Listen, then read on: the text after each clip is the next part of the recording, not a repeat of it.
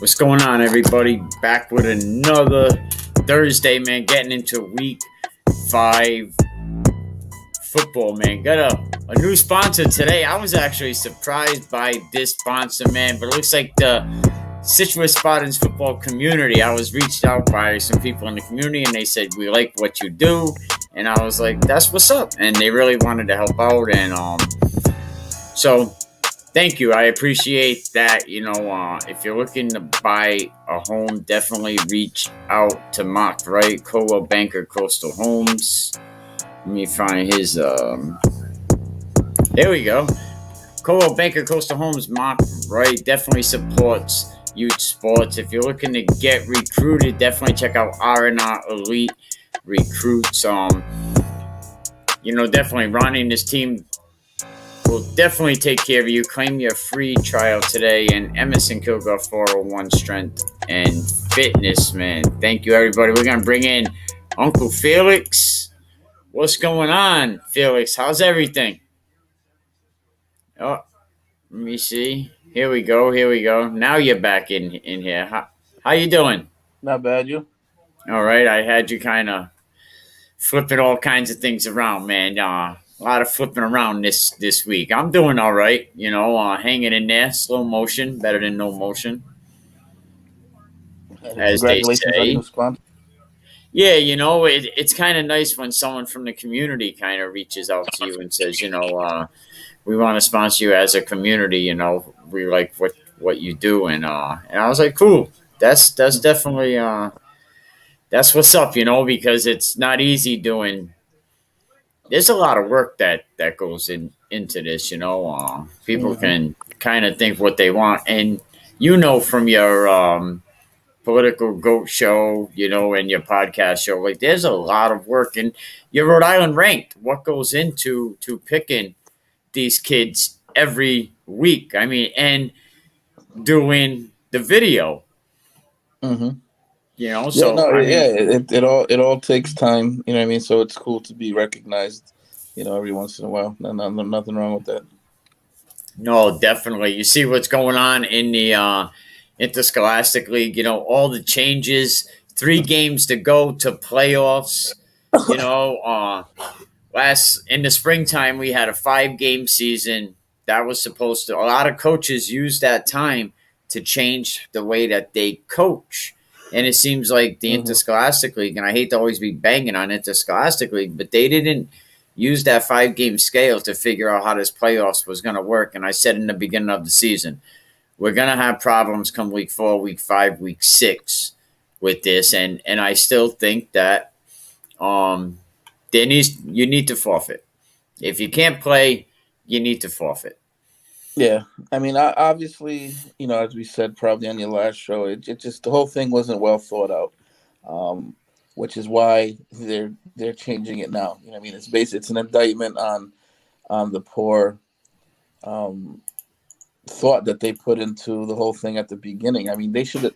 It's obvious they didn't think this all the way through. You know what I mean? And shame on them for that. I do give them credit for at least trying to correct it. You know what I mean? The thing is, you're never going to make everybody happy anyway, but at least they are trying to correct the issue. But again, that's an indictment on the poor job they did in planning. No, they're definitely trying to correct it. And then, but you look at Division 1, it's so confusing. Who plays who? A4 hosting B5. And then the 1 and 2 seed. Bingo. Yeah, exactly. And then you look at the second round, and then you got the winner of A3 is going to play B6 versus the winner of B4, A5 at a higher seed. You sunk my battleship.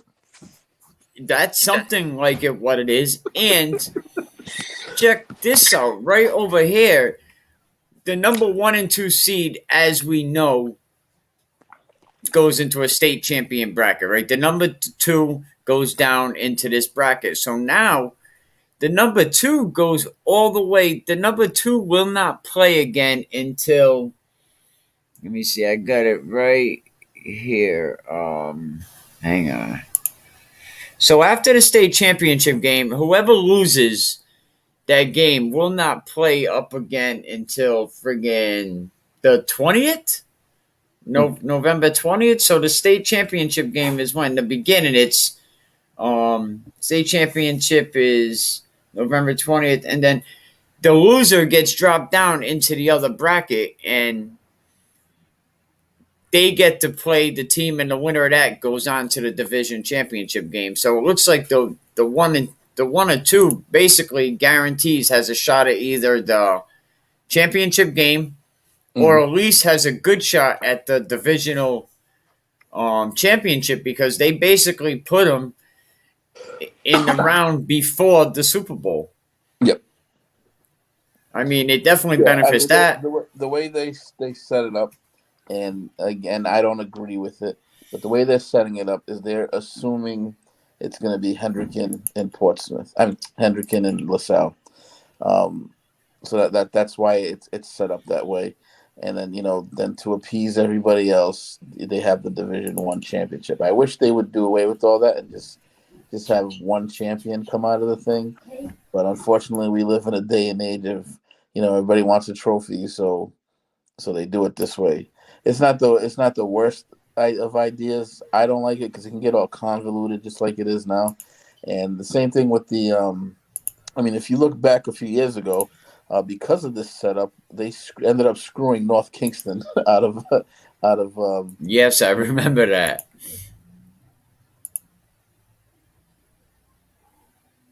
2 years in a row. North King was covered eight, and they got screwed out of playing for the state championship. And then why? Because they were too busy just assuming it's going to be Hendricken and LaSalle. I mean, you shouldn't assume anything. You never know what can happen. I mean, I'm not really mad at the way that Division Two kind of goes. 8 out of 12 teams seems all right. But then you look at Division Three. I'm going to call that the Oprah division. You get a seed. You get a seed. You get a seed. Seeds for everybody. You Yeah, know, and I talked to some coaches that kind of are in the bottom of these brackets, and they basically said, "I don't want a pity. I don't want a pity seed." You know, yeah, because you end up being basically just a sacrificial lamb for that first round. But you play the game, and anything could happen. But I get it. Like you can literally make this if they're putting everybody in. Basically, you can literally make the playoffs probably with 2 or 3 wins. You know what I mean? And then you're gonna go against a number one seed who's probably undefeated and been smashing everybody.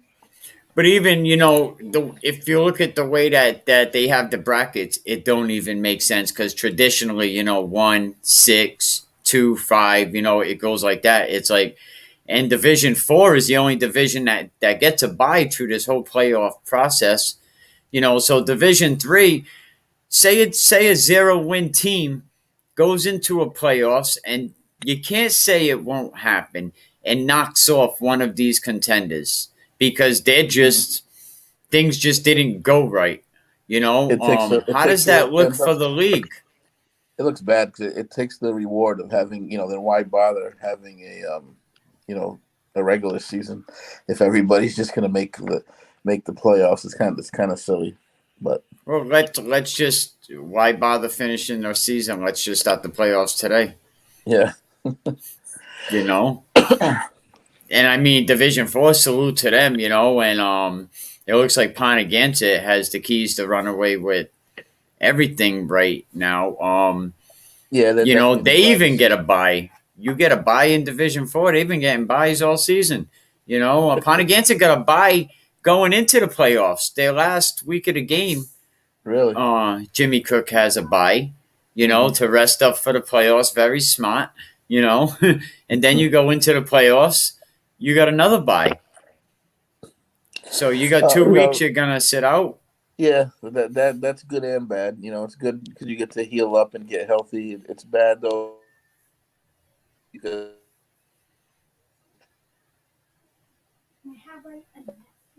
as you're healing up and getting healthy. Yeah, definitely. I guess the good that comes out of this is we're gonna see more football. Yeah, you know what I mean. I give kudos for them. For us having it. At least they didn't shut it all down. You know what I mean. But at the same time, I'm upset because they just need to let it all play out. They need to stop treating COVID like leprosy. You know what I mean? Because a kid catches COVID, it doesn't mean it doesn't mean life is over. I mean, we got to get over that now. The whole way we're treating this thing is insane. So if we had the top, it's the top 8, I believe, in D1, if I'm not mistaken. Uh, one side of the ball you got Bishop Hendricken and Woonsocket that actually have close win percentage, very very close. Um, there's a chance the way win percentage goes, Woonsocket could get the number one, which would be home field advantage now because you don't get the bye. I Yeah. mean, if they get the extra game over Hendricken, I understand Hendricken and Central is supposed to play Monday. Both coaches said that they want to do everything they can to get out there. Central's ready, Hmm. but yeah, it's going to be interesting these next couple of weeks. But I definitely think that he made, I just pretty much wanted to, he pretty much said this, telling teams that they have to flat out forfeit seems like a bad idea only because in some of these circumstances, because they have to cancel games despite having COVID, they were simply close contact. Should a team have to take an L for that? Yes. It's a forfeit. If 8 players on the team roll their ankle and they can't play and you can't play, it's a forfeit. Like, I'm sorry, but this isn't youth football. This is high school football. Some of these kids are trying to go on and make careers for themselves and go to college, and we got to get serious about it. Yeah. Or like I said, we could stop acting like a bunch of idiots, babies, and treat this thing for what it is, and just play the fucking game. Excuse my Yes. French. No, thank you. Thank This is you. See, ridiculous. people, one take. That's keeping it real. You know what I mean? That's keeping No, you're absolutely right. It's a shame how we're handling this and just We're all tiptoeing around this whole thing when we know COVID has a 99.9999 whatever percent chance of you being okay. Why are we pussyfooting around it? The whole thing is ridiculous. Here we are canceling games, taking precious games away from seniors who are on their last year, or anybody, because you only have 4 years of high school football. So any games you're missing due to this nonsense is a shame. You know what I mean? But yeah, here we are, and shame on us parents for not, to be in all honesty, not standing up for our kids more, because our kids do not deserve this; they deserve better. no, definitely. Shout out to you for even saying that. No, you're absolutely right. And I guess the league and media outlets saying that this wasn't this wasn't an issue in Rhode Island football seems to be three games to go till the playoffs, and the league is switching everything up. So it seems to be that, and Coach Washington said too on that. He said you can't really say strategy does not go into this type of like when you're thinking about these situations. But it's human nature, you know what I mean. So you got to at least ask the question. I get it. Like I can't sit here and accuse anybody. I can question though. You know what I mean? Do some things look a little suspicious? Yeah, you wonder. But do we have any hard evidence? No. So there's nothing you can do. No, it's never And been again, about. at the end of the day, we're all here because we're pussyfooting around the whole situation, and instead of just playing through it. No, and it's never been about accusing any coach because I'm sure all coaches and kids want to go out there and play. But, you have to wonder, like, hey, if I don't kind of play this, I could lock myself into a number 2, or I could lock myself into a number 3. Or you Yeah, got a team like West Warwick that grabs onto a number 3 and said, hey, you know what? I got a number 3. yeah, I'll yeah. see you in November. Yeah, again, it wasn't thought out correctly, and you know what I mean. And then them making the changes now, it proves that. Yeah, definitely, definitely. But your top 3. Let's talk about that a little bit. We'll switch the gears on because you do a lot of work on your top 3. Let me make sure I got everything here. Hang on.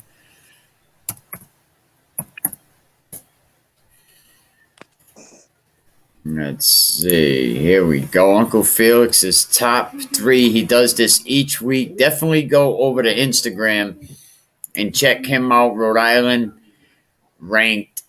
He puts a lot of work into this. This is not his first year doing it. As they say, this isn't my first rodeo, but we're going to get on with the quarterbacks, Uncle Felix. Of course, you got to have Dean up in there.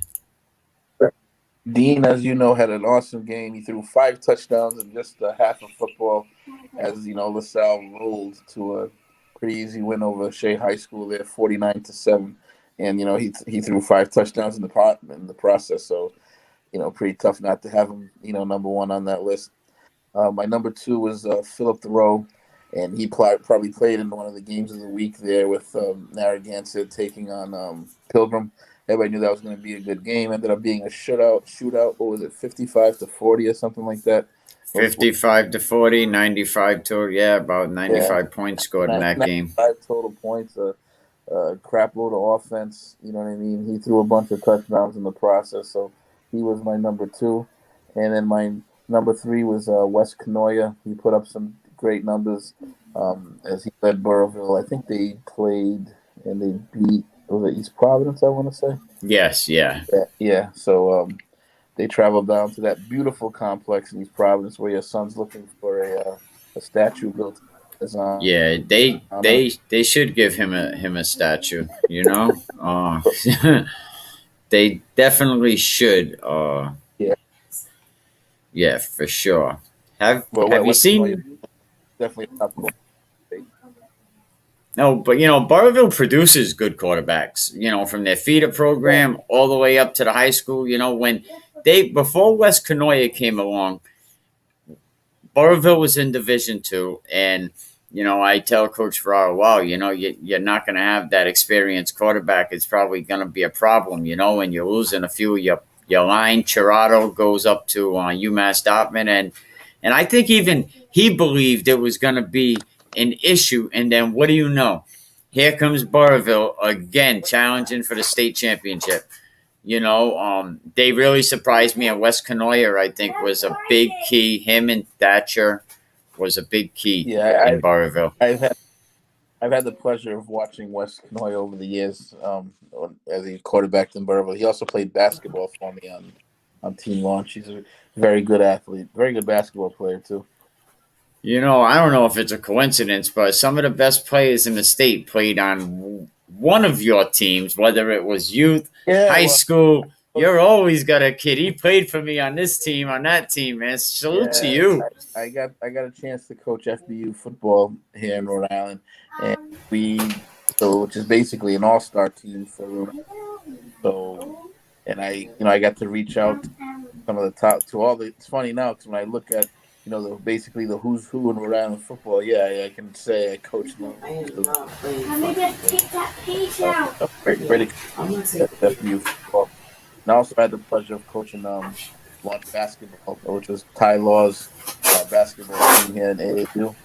And we had some great athletes. Yeah, I'm going to make a new one already. A bunch of other kids. You're not going to run for the rest we won actually the basketball. I got to walk away.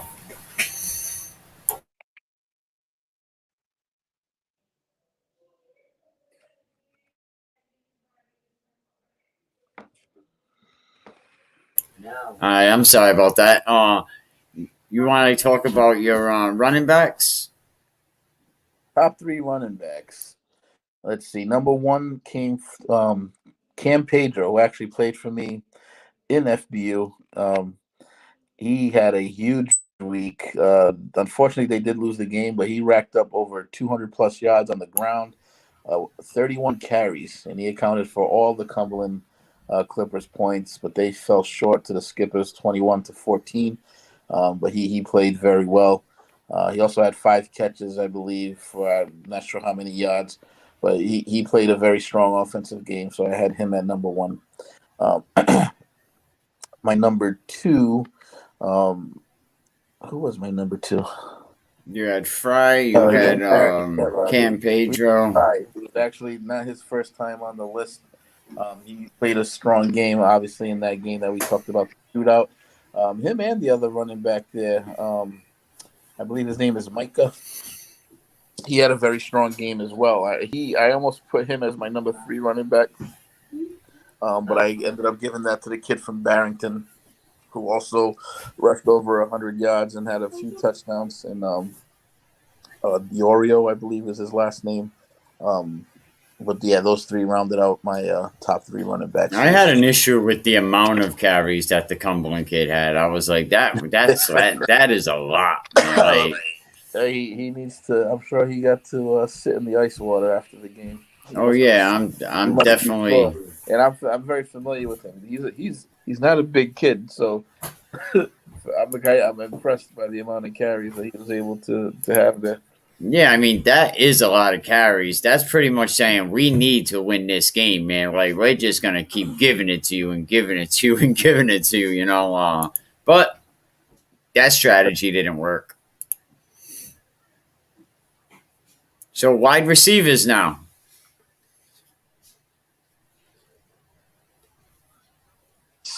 Yeah, Receivers. you mind just tapping out and tapping You back gonna in? pull them up there? Yeah, I think I got him, but you might have to tap out and tap back in. Yeah, I can do that. Give me 1 second. All right, just to get a better signal.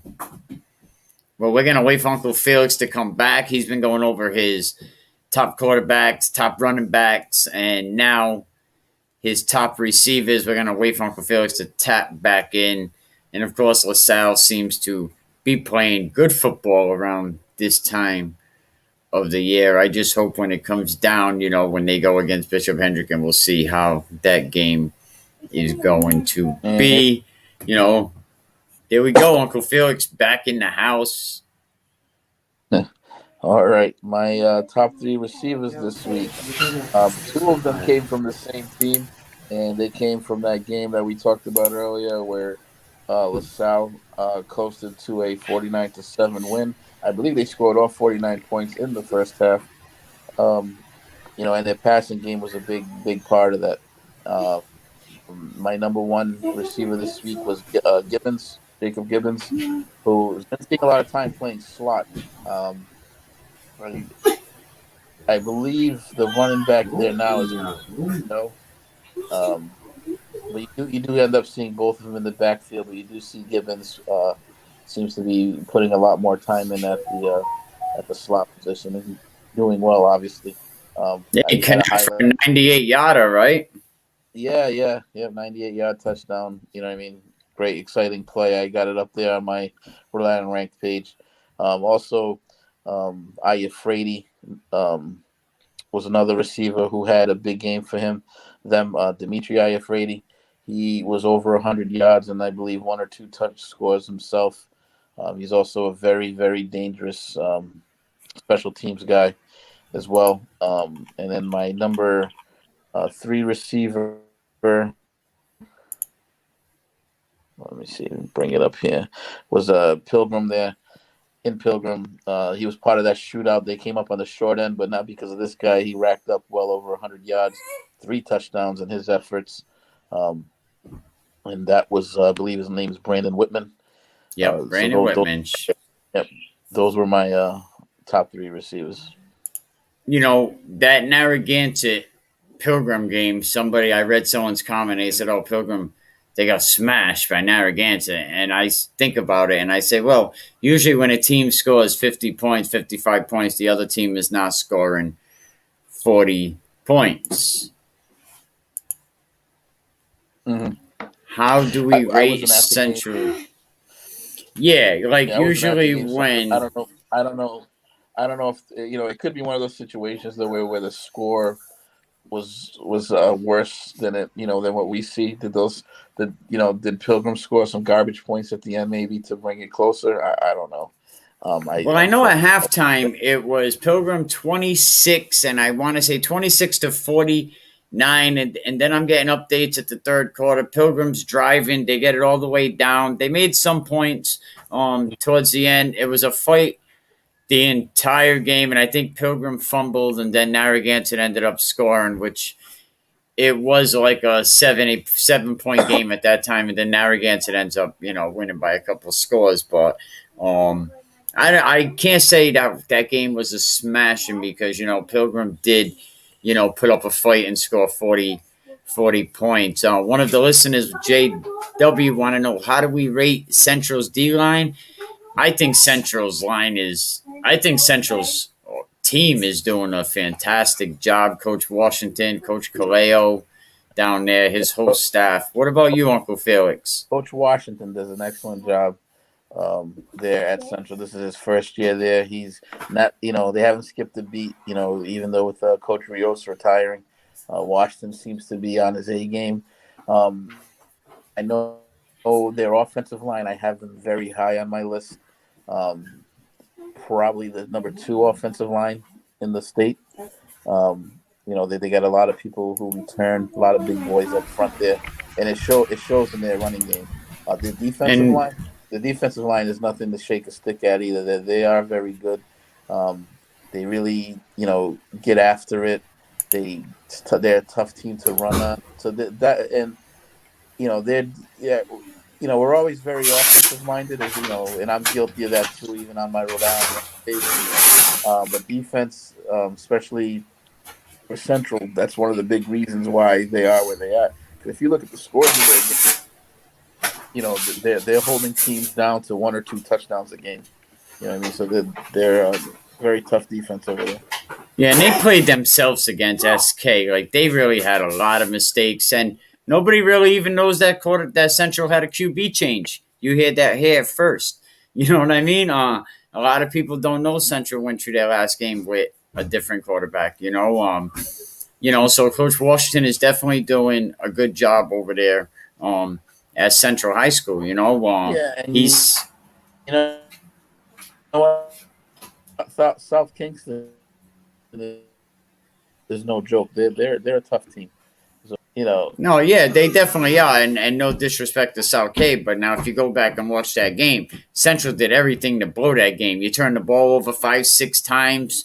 You're not ready. It's true. Coach Washington would tell you the same thing. We did a lot of things bad that game. And then when they're going for the snap, for the extra to get the field goal.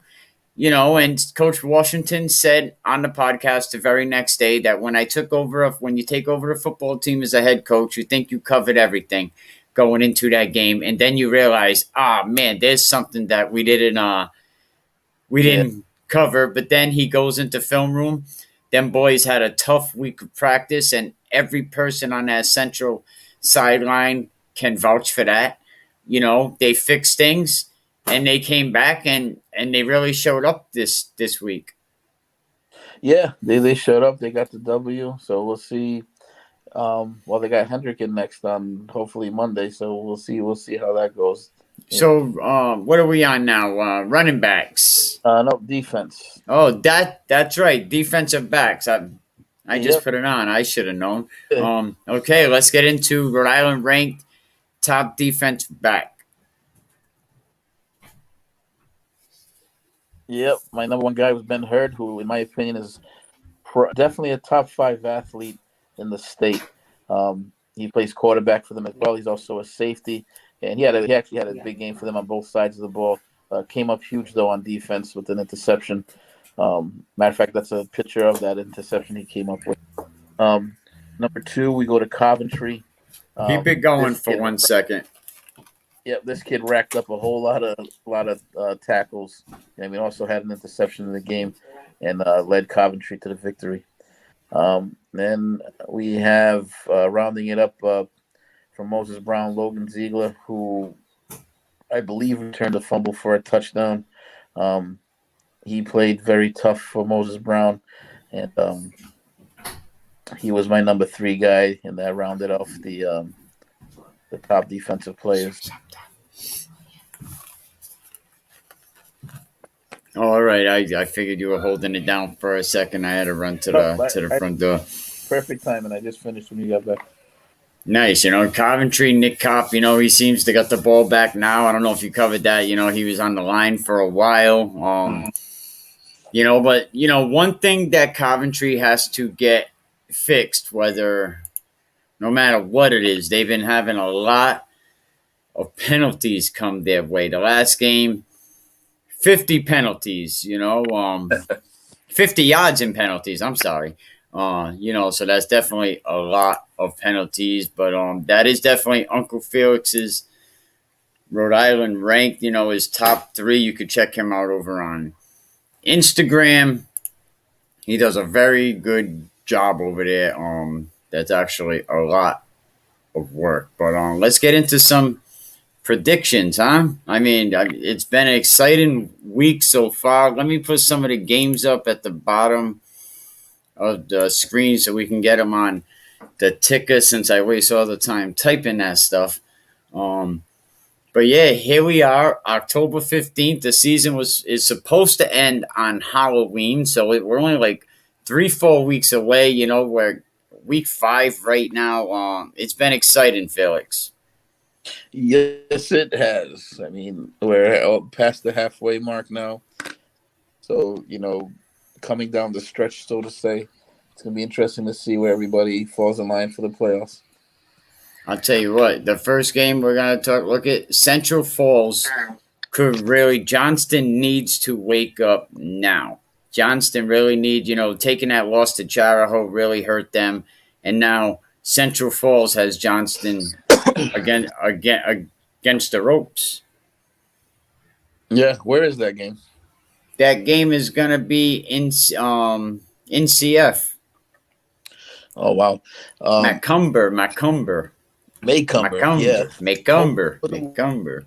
Home of the Warriors. But and Salute, that's a beautiful facility. Yeah, much better than it was when I played there. I'm gonna say Johnston bounces back here, and Hunter Remington gets them back on track, and they get the W on the road. I mean, Johnston really needs to, because even though that. Well, you know what? They're actually in good shape, because you know what? They're in the Oprah division. They're in Division 3, where everybody gets a seed. So, so we'll see. The key is you want to get into the playoffs hot. You don't want to back into the playoffs with a bunch of losses. Yeah, no, that a lot of people don't want them last seeds. Them 7 and 8 spots. A lot of people are like them are pity spots. Them are pity seeds. Respectfully. Hey, you never know. You never know. There could be a Cinderella story out there waiting to happen. Exactly. And Coach Penn, he commented on one of the posts, and he said, what if a team with 0 wins comes in and knocks off one of these teams? What is that gonna say? You're gonna have a 0-win team that goes deep in the playoffs? Hey, I remember one year. Me and West coached Pop Warner football, and we had a team, I believe, that finished the regular season either 4-4 or 5-4, and so nobody really gave us any thought of winning the championship. We ended up getting hot at the right time and won the state championship and went on to the regionals with that team, and we brought home the first state title for the Central Falls Panthers there in youth football. So you never know.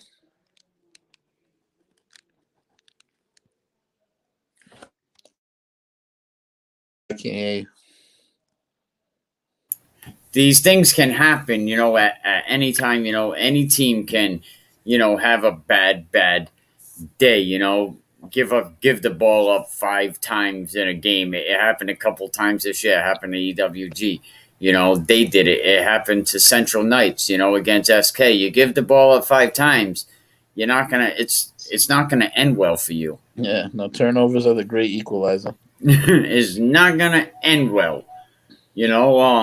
Another game, Mount Pleasant and Lincoln. On that side of Division 2, let's face it, it's up for grabs. It's not a very strong side of the division, respect to all the teams over there. Coventry, Mount Pleasant, Barrington, and there's a lot of key games this week that can really switch them seedings up. Now is the top 4 on each side, 4 out of 6. So there's going to be 2 teams on each side of Division 2 that are not going to make it. So you only got to be better than one of them teams. Yeah. Yep. But with the Mount Pleasant Lincoln game, I'm going to say Mount Pleasant. I do believe Deuce Addison is the X factor here. Definitely will be the best athlete on the field in this game. So I would look for them to pull off the victory. Mount Pleasant is going to have to obviously put a stop to Lincoln's run game. If it gets going, can be dangerous. The wing T triple options stuff. But if they can keep that under control, Mount Pleasant should pick up the W. Yeah, no, Mount Pleasant's been playing good football. They scored 94 points on the season. They gave up 110 points. In the league right now, they're 3-1, and they look to be in first place of Division Two. So as right now, Mount Pleasant is pretty much has that home field advantage. In games like this that are in the division, it is a must win for Mount Pleasant to stay up there in the seedings. Mm-hmm. I sounded like I knew what I was talking about. Yes, you did. But the next game, another game that's a must win for both sides of the ball. Mount Hope, West Warwick football.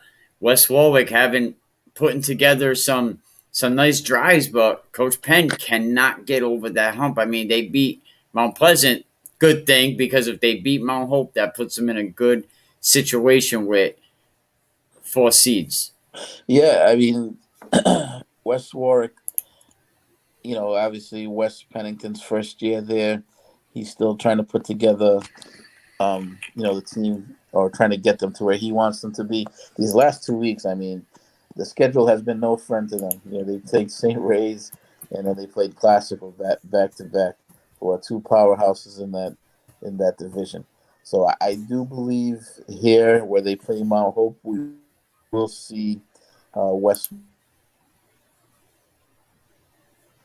able to finish some drives, put some in the end zone. So I'm gonna pick West Warwick here. Yeah, West Warwick, I think they have the quarterback that can get it done. They have the kid Medeiros that runs the ball good. They need more points offensively, scoring 76 on the season, giving up 142.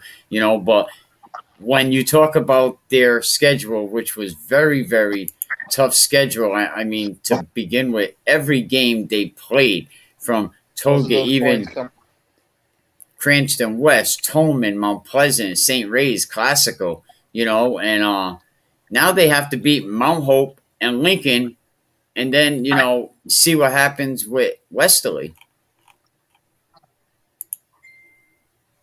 Mm-hmm.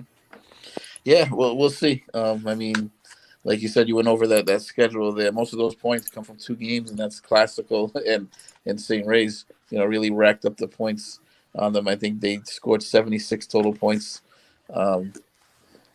against the Wizards in those 2 games.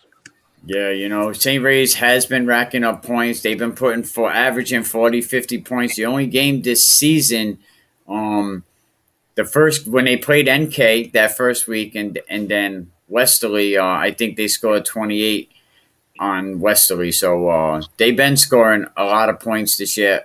JW wants to know, do games this season canceled due to COVID count as losses? No, we talked about that earlier. I think they should count as a forfeit, but unfortunately, it's counted as a no contest, like the games never happened, and that's why the league now changed the whole playoff format. Okay, we'll get to the next one. Cranston East and EG, 2 teams. Someone's going to win that night. Yeah, and I'm going to go with Parker Diskey out of East Greenwich. He's the quarterback there. Again, one of the top quarterbacks in the state. He's having a tough time this year behind a offensive line that lost a lot of people. He also doesn't have a big weapon from last year. Nonetheless, there's a lot of fight in that team. I saw when they played Hendricken. They didn't give up, even though they were, outmatched, that's for sure. But this will be a week here where they won't be outmatched, and we'll get to see them put up some points on the scoreboard. So I think EG will win that game big. Yeah, both the Cranston teams are struggling right now. They both need to really figure it out, and respectfully, I don't want to offend anybody over there, but they're both at the bottom of Division 1 right now. Not that they can't pull it out. No, yeah, I was gonna say they're probably at this point definitely the two weakest teams in Division 1 right now. All right, here we go. Cumberland High School, the 30 carry team that went with your boy Cam Pedro, for, however many, what do you have, 300 yards? Salute to him to be able to run against my son's alumni, where they're going to name a statue after him one day. I don't know if it's going to be at East Providence High School, but we will erect a statue. East Providence High School, that game's going to be in Cumberland. Yeah, East Providence is winless to this point, and that looks like it'll probably stay away. I don't know. I don't think Cam Pedro's going to get another 31 carries this week. if he does, oh my! But I'm sure they'll spread the wealth a little more. Give that kid a breather anyway. But Cumberland should win that game. Yeah, you definitely have to give him a breather. So I guess the East Providence, that new field is not helping them. But they'll get it together. What do they got? Longfellow, Stringfellow. They'll get What is his name? Stringfellow. They got Stringfellow. They got a new coach there, so he's got to implement his stuff. It's going to take him a little while to get the ship There's righted, a few Stringfellows around. I have absolute confidence in him. He's a great coach. Yeah, I don't know him. I just know I hear the name a lot, and it just makes me think of something from Mr. Deeds. No disrespect to him, but it just makes me think of the movie Mr. Deeds for some reason. Tolman High School and St. Ray's. Last week I watched Tolman play, and I was very impressed for the first half of the game. They seem to have the pieces. It's just they can't get the longevity of a whole game, and they just can't get over that hump. Now, years ago, this used to be a huge rivalry game on Thanksgiving. It was actually one of the oldest Thanksgiving games in the whole country. And then foolishly, they stopped it. I'm not sure why. I think because one team started to dominate more. But, all these things go on cycles, and they should have never done away with that game, threw that game away. That being said, St. Ray's is the cream of the crop in Division 2. I don't see anything changing here. Because it's a rivalry, this thing might be a little close to begin with, but St. Ray's will pull away and win this one. I mean, St. Ray's is definitely they have been a threat. They have, they have what you call football players. They don't have the kids that just want to play football. They really have some good players. No, they got some great players, but Tolman's got some too. They got that that big offensive tackle there. They believe his last name is Ward, who's gotten some Division 1 offers, and they got some big guys up front on that defensive line as well. Devin Ward. Devin Ward, a very, very good kid, and one of their biggest kids I think they have is number 78, if I'm not mistaken. Yeah, very, very big kid, and they actually held Westerly down to like 7. It was 7-6 at halftime, but after they made adjustments at halftime, it seems like, and that seems like how the Costco game was too with Tolman. It just kind of got away from them. Yeah, and at the end of the day, St. Ray's got a lot of weapons. Napoleon Barros there, the quarterback. He does well with his feet. Obviously, Moses Muse, who everybody's familiar with, and their running back there, who also played for me, Enrique. And another one.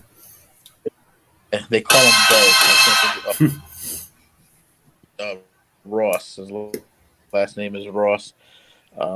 Enrique Ross, but he goes by the name of Bo. I've been noticing he's been putting up some pretty good numbers the last few games. So he's starting to come on, which gives them another weapon.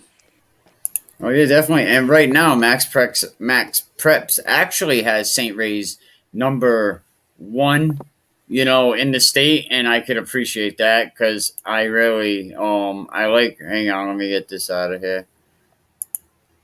I like how Max Preps does their I apologize about that. I like how Max Preps does their analytics, and right now they have St. Ray's number one in the state, followed by Bishop Hendricken right behind them. And St. Ray's scored 150 points, and they only gave up 21 right now. So Yeah, they're playing very good but we football. also they're playing very good football. Are they the number one team in the state? No, not. Are they a top 5 team in the state? Maybe, definitely maybe, but they're not the number one team in the state. Yeah, I have to ride with Just Max be, Preps, man. You know, just I and that's fine with them. It'll sort itself out. Um, but watching all these teams play, they're very good. Don't get me wrong, a top 5, but could they play with a LaSalle or even a Hendricken? No, not You yet. don't think so? Wow, that's a bold statement there. Like, I think they can. Can they win? I mean, I not 5 out of 5 games, but I I, think I they can. don't want to insult anybody, but no, I think that either of those teams would beat that team, by a pretty good score. When I say pretty good score, by 3 or 4 touchdowns easily. Damn, you know what? Like, you might have these two coaches want to set something up. You know, you might have Moses Muse and Chris Molina because they watch this. Say, you know what, man, I'm in my feelings now. We want to put Bishop Hendricken. But they might make it to D1 next season, and Moses Muse will be a senior. They should have been in D1 this year. They should have never left D1. Even last year, they should never have left D1 exactly. They should have. Yeah, they should have never left. But they got dropped down. They were very competitive. You know what I mean? And it was a very young team. I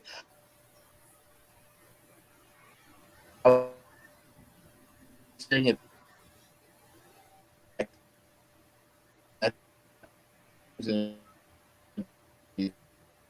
very good, but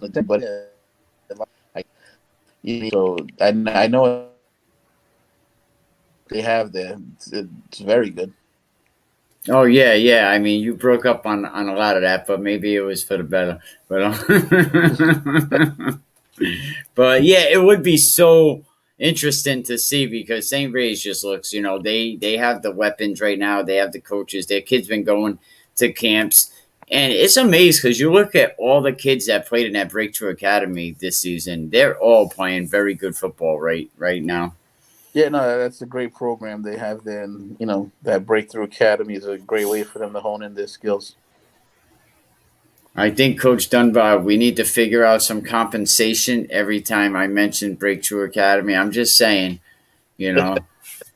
Nah, salute to Coach Dunbar. I like what he's doing at Breakthrough Academy. Was it perfect? No. Did it? Are they going to iron out some issues that I'm sure they are? It was their first year, and I think it was for someone's first year. It was great, But let's get on to this next game. Let me see where we're. All right, we had the. Moved on. Okay, Coventry Barrington. This is another game that really is a. Coventry needs to win this game. Barrington. This is all going to be at the top of the standings right now. Mount Pleasant, Barrington, Coventry. They all can't win, but they all need to win. That might be a game of the week there, Coventry and Barrington. And just because I think they've been more consistent this year. So I'm going to go with Barrington. Yeah, Coventry Barrington, Uncle Felix said that's going to be the game of the week. He's picking Barrington. I know he is having some sound issues, but we'll get through this. I want Coventry to win that game, but you look at who Barrington really played, and I know you can only play who you have on your schedule, but Middletown, they played East Providence. They play teams that people are getting wins on, but you can't play, you have to play your schedule. So, go Oakers. We'll talk to Gary Goodhart Friday night after that game. So far, twice this year, Coach Gary Goodhart came on and was very upset with the victory. So, let's see if if this week, but like he says, you can't throw back a keeper. You know, and mostly it's officiating. So, but just wanted to get that out there. Pilgrim High School and Charahoe. Ordinarily, maybe this would have been a good game, but Coach Blake seems fired up, and his kids, I don't think they're going to take that loss too lightly. No, as I say, they got a bad taste in their mouth, and Charahoe, unfortunately, is probably going to feel the brunt of what Pilgrim wants to bring. So yeah, I'm going to go definitely with Pilgrim in that one. Yeah, like I love everything what Pilgrim's doing over there.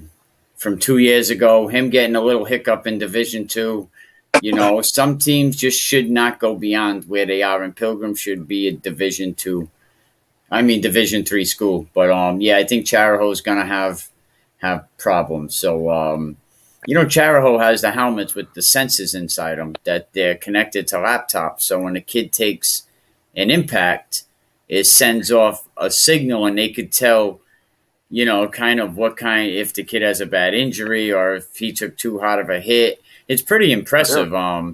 They put these little chips, and they used some of the helmets that they already had, the Speedflex helmets, and they put a chip in them. It was like, I think $500-600 each helmet, but it's probably worth it because now how much are the helmets? $300-400. For the high school ones, so I think it was $5 and change to have them all done. But yeah, they paid a pretty penny. This was a couple of years ago, so good for them. Cranston, West, and LaSalle. We talked about Dean being on your top three. Dean throwing a 98-yard touchdown. Cranston West needing a win. Are they going to be able to get it on LaSalle? No, they won't. Let's see if Dean might throw another 5 touchdowns at halftime. Yeah, he's gonna enjoy that. That kid can ball. He has a great arm. He can make all the throws. Smart kid. And scary thing is, he's only a junior. He's accurate. Mm-hmm. He's only a junior in throwing. This is the second. Here's my guy from SK. He actually kept me, thank you very much. He said, good shit, my boy. No doubt. He actually kept me tuned in on Narragansett score, and it's always good to have someone at them games that are kind of letting scores so you can. Yeah, I'll tell you what, because you can't count on the Promise Journal updating scores. I mean, I haven't checked today, but as recent as yesterday, I went on to see if they had all the scores updated. He gets them from me and he copies and pastes them. I swear, man. He did his thing last week, and then No, you're absolutely right. But my whole thing is how does the newspaper of note in the state not have updated high school scores 24 hours after a game? You know what I mean? It's no, insane. Exactly. You look on my page. Any given Friday night, I have a majority of the scores already up there. That you're absolutely right. It's a sin that you're backed by a multi-million-dollar machine, and you can't even. But they let him do whatever he wants. You know what I mean? He gets to do his own thing over there. So but you're never gonna have good reporting, man. The guy just don't know X's and O's. He don't know football. He don't appreciate what football players go through. Felix, you know what? You got to get score streams. You might even have it. Score streams have up to the minute high school football scores. You have to manually put in the teams that you want. Mm-hmm. But I use score streams a lot, and it's kind of like Max Preps, not as detailed, but it just has the scores. Yep. I was just looking on there, and it must be updating it. But Score Streams is pretty good. Let's see if we can see it. It's blended in with the green screen. But yeah, I'll send you the link. That's very good. But the Journal's horrible at a lot of things, especially. But go check out Ruby Tuesdays. It's definitely on Tuesday nights. Groovy Tuesdays. Somebody called me up. They said, Mike, this dude's like imitating what you and Uncle Felix do. Uncle Felix does the top three. Now he's got the 3 stars of the week.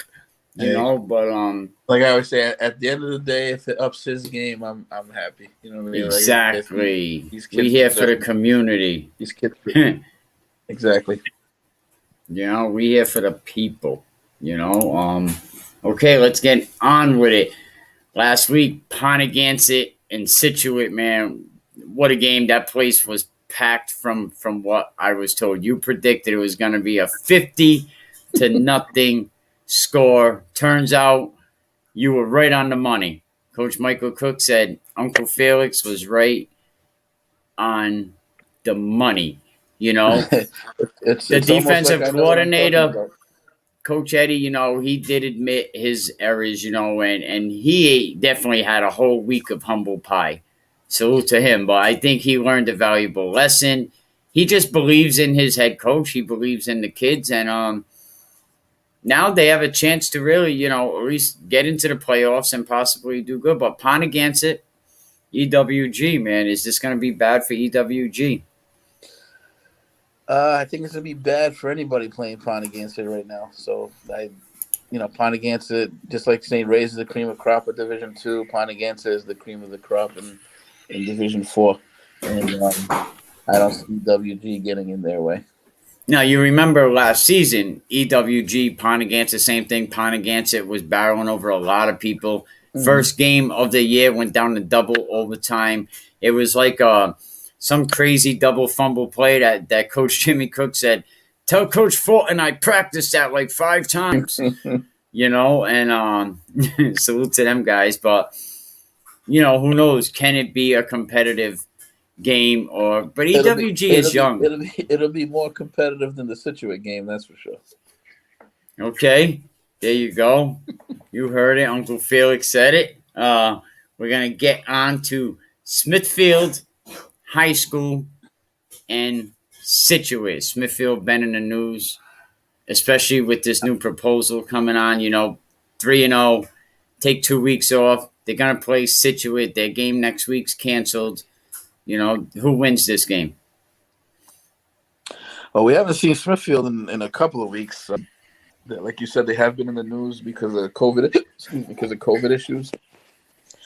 They are coming back this week here. They might be a little rusty to start off with. And Situate obviously coming off a 50-0 loss. They got a lot to prove. But I think this game is going to be a battle. But at the end of the day, I'm gonna say Smithfield. Uncle Felix going with Smithfield. So we'll see how that game turns out. You're right. Smithfield coming off a couple weeks, really haven't played in 2 weeks. Salute to the coach over there. He had some personal issues, not to do with COVID. Don't everyone get nervous. But he had some issues on, so it's definitely going to be a good game for Division 4. And you're right, Situate is really hungry. Yep. I mean, the Smithfield had their running back there, AJ Hitu. I remember he was rolling up some pretty big numbers. You know what I mean? And then he got sidelined like the whole team did with COVID. He made your list multiple weeks, right? Yeah, he did. And then they just haven't played in a couple of weeks, so it's gonna be interesting to see. If he and the Sentinels can bounce back. Middletown playing Narragansett. Middletown. Trying to play some good football. It seems like since Coach Bell left, though, they have been having a lot of problems finding their identity. I actually heard Coach Bell was feeling well, so salute to Coach Bell. We can't forget about the legendary people. The Islanders have been a little bit inconsistent, and unfortunately for them, the Mariners have not been inconsistent. They've been just rolling up the points. You know what I mean? And I'm gonna go with Narragansett to win this game handedly, and I'm gonna predict a big game from Michael Wilson. That kid has been coming on. He's been coming on strong. He's also in the backfield there along with Rita Fry, who's been getting more of the attention. But Michael Wilson is coming on at the right time, and expect a big game from him. Yeah, Narragansett, playing very, very good football. They've been with that coach Blessing from youth. He went from youth to high school, and it seems like kind of like what Barrington was last season. They had that team together for quite a long time. So, yeah, Narragansett should be able to. And it's also going to be Middletown's homecoming. I thought it said Motown, but Motown's going to be coming to Middletown's homecoming. Nice. So you heard it first. NK and Portsmouth. NK they've been hot in D1, 4-0. Putting up points. They had that first tough game against Division 2 St. Ray's. Hint, but they had a tough game against them. But Portsmouth, man, what's going to happen with these two clubs? Portsmouth should get the W here. They're just team or weapon. Obviously, Ben Hurd, as I said, the top 5 athlete.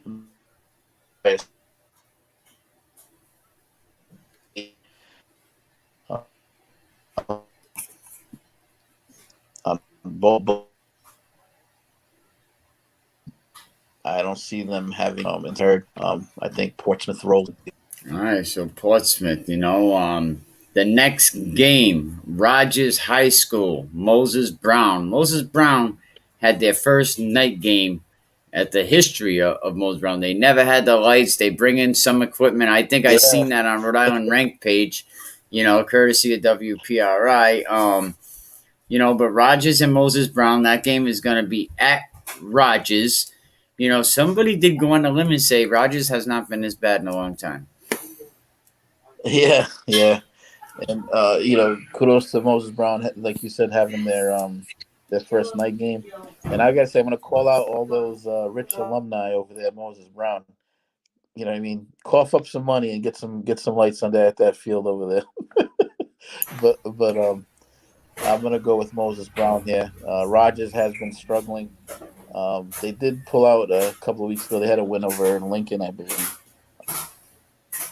But Lincoln. This is Moses. Yeah, Brown. they started out 2-0. Rogers started out 2-0. I think the Moses Brown thing with the lights, I think that's more about the community. I think it's another issue besides. I don't think it's the money. I think it's the neighborhood. Even though they have this big giant stadium right across the street, but them people on Lloyd Ave, man, they have some money, and I don't think they really want the lights on over there. Moses Brown they had AstroTurf before the Astrodome had it. That's right. I do remember actually that. Yeah, that's when AstroTurf was dangerous and people were back in '78. Yeah, exactly. Let's give it to the school. People were planting their knee one way and their ankle go the other. It was awful. They said, let's donate it to Moses Brown and see how it works out first before we put it in the Astrodome. let's give it to the school, But, I don't think they'll ever get lights. I think the temporary lights is the best they'll go. I bet it has to do with their community, because why don't they have lights? Could be. That makes sense. Like you said, Moses Brown isn't hurting for money, so. Yeah. I don't think it's and Willie Edwards said everything under the sun over there. I'm sure he would have added lights over there, but Bishop Hendricken Central High School gonna be a Monday night game. Coach Washington. Monday football. Monday night, yeah, it's probably gonna be a Monday 3 p.m. night game. That would be a nice Monday night game, but probably with school then the next day, it'd probably be an early Monday game. And them early games are like, I like them night games. Can you hear me? Yeah, I could hear you. Your picture froze a little, but I could hear you. Yeah, they're a pain in the ass. Well, hopefully it goes off, and hopefully they're facing a Hendricken team who wasn't able to play last week because once I guess had some COVID issues. So the last time Hendricken played, they got by cap. You know, on that team, and obviously me get out of their mouth. And so Central unfortunately is going to be feel the wrath of that of what Hendricken's going to be bringing to the table there. So I'm going to go with Hendricken there. Michael DePietro says many playoff games will be going on just before and just after Thanksgiving. So will the Thanksgiving Day games be canceled? I bet your butt they won't. They will definitely have these Thanksgiving Day games. Thanksgiving Day football, there's such a tradition. It'd be a shame if they canceled those games. So I hope and not. He's basically saying he's saying it because of the dates are so close, but they already took account to all of this. Them games will not be canceled. Like to some of these communities, screw the state game. They'd rather win that Thanksgiving Day game. Especially like in a community up on this side of the state. Yeah. Like some of these games are bigger than anything. Like especially where I live. Yeah, I mean, Mike. Also, oldest Thanksgiving games in the country, right? In the country, yes. They played over 150 times. Back and forth, going back to 1911. They actually have a game on the books. It was like 100 and something to nothing. This was when Stonington, Connecticut had a draft. They were taking kids already for the draft. Rhode Island wasn't yet. So Rhode Island still had all of their players. Thursday and then again on Saturday or Sunday. I'll definitely have to look at how it's set up. But, yeah, they won't cancel them Thanksgiving Day games. Yeah, that won't, especially because last Thanksgiving was canceled. They might have like they had on Federal Hill when they raised the price on macaroni. They had a big riot. You know what I mean? Back in the late 1800s. But them Thanksgiving days will not be canceled. They'll figure out how they're gonna be. The kids only need 3 days in between for rest, and so they'll have to definitely figure that out. But salute to Mike DePietro, Hunter Mumford's father from EWG. Good seeing your kid played on your team a couple seasons ago. Bishop Hendricken. Yeah, his dad, Michael, he's a good guy. We used to talk it up a lot watching the Hendricken practices back in the day. Mushroom hunter. He goes mushrooming. He really knows where to get all the mushrooms. Like I seen the load of mushrooms he had. Salute to him. There's some in my yard, but people tell me you shouldn't eat them. Not that I have or even tried, but let's get on with it. Saturday games, Tiverton and North Providence. North Providence really, has a good chance here with the games that they have won. They play Scituate again coming up. Scituate really needs to win that game, but Tiverton not really having much hope, and I think Tiverton would have been happy if the season ended 2 weeks ago. Yeah, Tiverton's a very young team. They're still trying to find their way. So, yeah, I would definitely roll with the Cougars here on that one. And another game that's going to be very, very interesting because both teams, Burrillville playing well. Shea haven't really had the chance to play, and then when they do get the chance to play, they got to go in front of LaSalle. So how's this game going to end up with Burrillville and Shea? This should actually be a very good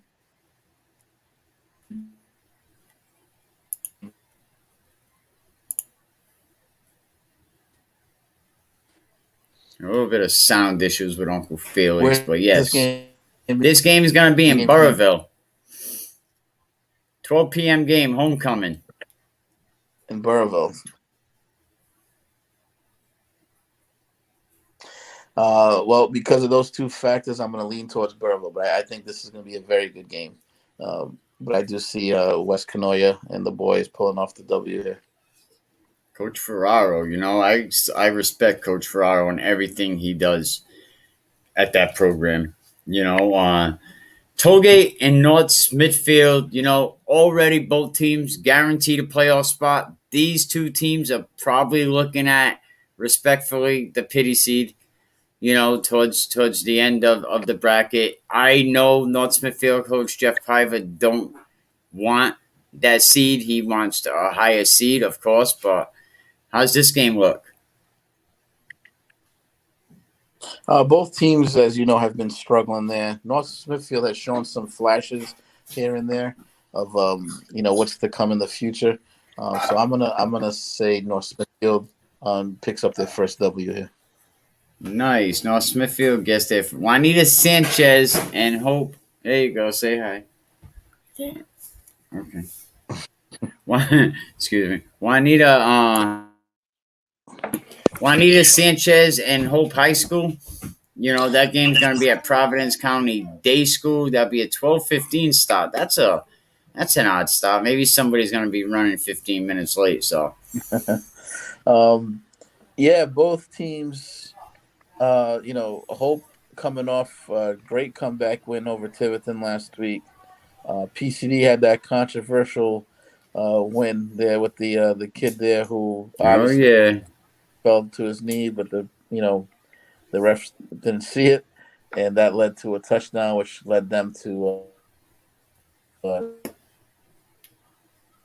pull off the victory. So,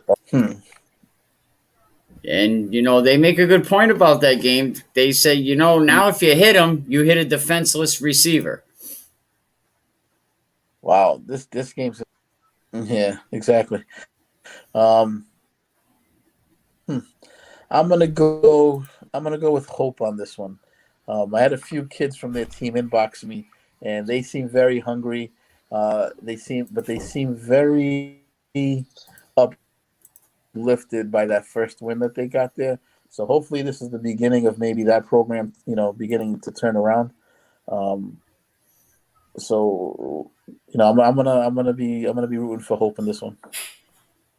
Now, Woonsocket and SK, Woonsocket 2-0. I'm sure they want to move to 3-0. That game's going to be at Barryfield, 1 p.m. start.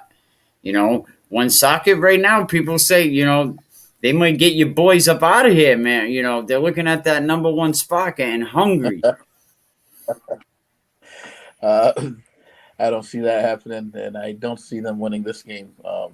SK, I think, will win this game. Ryan Hazard is a handful, as Central found out, and a lot of teams have found out. And Woonsocket, I'm still not sure what they have there. Obviously, they haven't been playing a lot because of the COVID issues. And one score that sticks out to me, which makes me a little wary about Woonsocket, is that they only beat Cranston East. I believe the score was like 12-7 or something. It was a one-score game. Yeah, they didn't win by much. Yeah, Cranston East is pretty weak this year. So, and EG, they beat EG. Oh, EG's 0-3. I'm sorry. I tend to think about that Woonsocket. but yeah, so I'm a little hesitant to think Woonsocket is a competitor this year. And Woonsocket's very, very young. The administration, what goes on over there, they're a very young team. And I'm sure like a lot of teams, Woonsocket had he said, "Oh well." I'm sure like a lot of teams, Woonsocket had academic issues because every other team did. So I don't see why Woonsocket wouldn't have had academic issues going into the season. So yeah, I think they're a growing team, and I think where they are in Division One, they should be lucky. Yeah, they got a great coach there. You know what I mean? So if I'm correct, and they're not contenders this year, that won't last long. They got a great coach there, and he'll figure it out. My guy Brandon, he's constantly saying SK. He said they only go the same 5 plays. Yep, they feed has it. They got the same 5 plays for how long, Brandon? He said for like 30 years they've been running the same 5 plays. Hazard's a handful. I had him in FBU, and that kid, man. Once if you don't get him down right away, and he gets ahead of steam, he is tough to bring down. Yeah, I know a lot of that. I remember when the Hazards Yeah, look. You said 30 plus years they've been running the same 5 running plays. You know, but I remember Hartford Projects when they were tearing down Hartford Project, and a lot of the families, because some got sent up to Middletown. The Hazards the Hazards went up there. Some going up to Harmony Hill up there in Newport. I Yeah. thought these were the same hazards from Duke County. No, Oh, I don't know. I know there was some of the hazards that, yeah, no, maybe. Oh I'm yeah, talking about exactly. the TV show. I'm teasing. I caught on. I'm slow, man. I'm Oh, the slow. I Duke from know. He said, Hazard. "Let me ask the white guy." All right. No, I'm just kidding. That's actually I messed that up. Bo and Luke Duke. You know what I mean? Shout out to the Dukes of Hazard, man. I used to love that show. I ain't even gonna front. Uncle Jesse, No, it was a great one show. socket, and Oh, yeah, definitely. So we said the one socket NSK game, and the last game 2 p.m. This game is a big game in Division Two. Westerly Classical. They're both second and third seed right now, behind St. Ray's. The winner of this game basically, grabs onto that second seed, and they're going to take the rest of the season off. No, yeah, I'm just that's kidding. actually that's actually a good game on paper. Um, but I'm gonna say, and I truly believe, I think Coach Dunbar is one of the best coaches in the state. He'll have his team ready for this, and I think they will beat Classical. You know what? And, we won't even get into say how biased I am. But yes, no, I agree. I think Wesley is going to do good. Classical, they've been winning, but have they played somebody that can pass the ball, that can throw the ball, that can easily get 200 yards on It's you? funny. One of the comments I keep seeing on my Rhode Island rank page is people saying, when did Westerly get a passing game?" and When when I guess Stanley Dunbar came to town. I guess they didn't have one before, and so Well, no, you had the Dwayne Miranda single wing, with the Tristan Toronto, and it's okay with Tristan Toronto because he's the type of back that can handle that type of, but that single wing is the reason why you lost state championships. You know why? Because why? Barville said, "We'll just load the box and press your receivers. You ain't gonna throw the ball." And when Socket files suit, so that's what that single wing gets you. But yeah, Stanley Dunbar opens it right up, and he's got some receivers, tall kids. The Gorman kid, Luke Marley, yeah, like, Luke Marley's fun to watch. That I gotta say. oh yeah, and even last season, and he has a couple punt returns for touchdowns this season. Like once he gets out there, his legs, the span of him, he is just skinny, slender kid. I was watching some of Coach Dunbar's practices the other day, and I told Coach Dunbar, I said, at the beginning of the season, I really had a lot of doubt because you were very, very small. You graduated 1,500 pounds on the line. You know what I mean? And your biggest kid's 185 pounds, and he said that we're fast and we're strong. We're not big, we're fast and strong, and you know what? He schemes. You're right, great coach. No, he's a great coach, and it shows in his game planning. Which and not to take anything away from the classical coach, because I also believe he's a very good coach. But I do think Westerly will win this game. Yeah, shout out to Coach McCall. Somebody actually said Coach McCall sends just as many kids to D1 as Keith Croft. I don't know the actual I'm not numbers, sure but about that. I'd have to look at it, but he does an excellent job of sending kids to D1. And kudos to him and what he does over there at Classical. see that? There we go, Uncle Felix. We covered everything, man. Thank you. Salute to you. You could check Uncle Felix's page out over on Instagram. Your followers you're starting to get some traction, huh? Yeah, it's getting there. It seems like I pick up over 100 every week. The kids are liking it. They're having fun.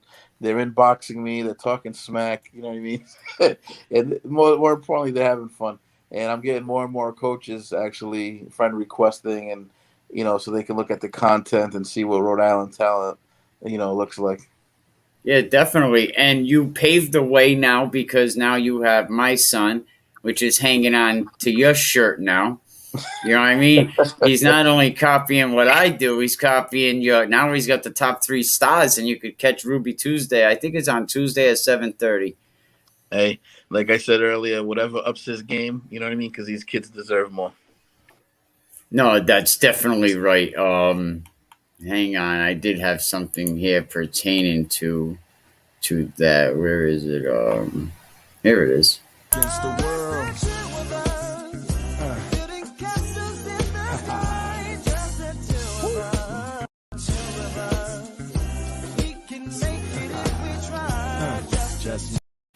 That's my boy. That is awesome. I bet he hates me. That's my boy, Eric, man. But thank you. Go check out Ruby Tuesday. You know, I guess if you can't be us, just copy us. You know. But thank you, Uncle Felix. We'll definitely talk next week. Keep me posted Monday on that big Central Knights. You know, Central's going to come out on top of that one over Bishop Hendricken. You heard it here first. You know, I'm sure Coach Washington's ready for that game. I got to say, Coach B-Ball, he wanted to play that game. You know, he said that would have been a good test for his kids. You know, everybody wants to play Hendricken. They all want to take down the mighty green.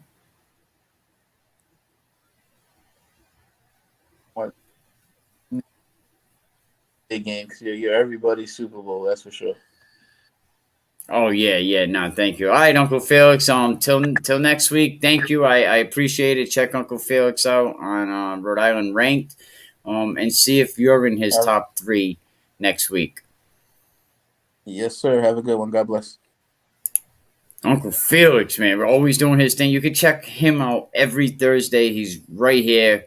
You know, we usually talk a little bit of smack back and forth. Then we talk about his top 3s, and then we'll go into the predictions. And he's pretty much right on. But thank you, everybody. You know, definitely, you know, we got a lot of football coming up this left because, if anything, at least the Interscholastic League, you know, gave us a lot of football. And definitely go check out my son Eric's Ruby Tuesdays on Tuesdays at 9:30, man. You know, Daddy's proud. Let's see what else. Can We Keep It Real Podcast Network. Shout out to Can We Keep It Real Podcast and Network. You nervous with butterflies in your stomach? Don't try to intimidate me. You couldn't scare me with lip. I'm spontaneous, smart, dangerous, fancy and quick. My trainer told me to work. He ain't prepared me to quit. I'm the only captain who's sailing this championship. I gotta hold down the city.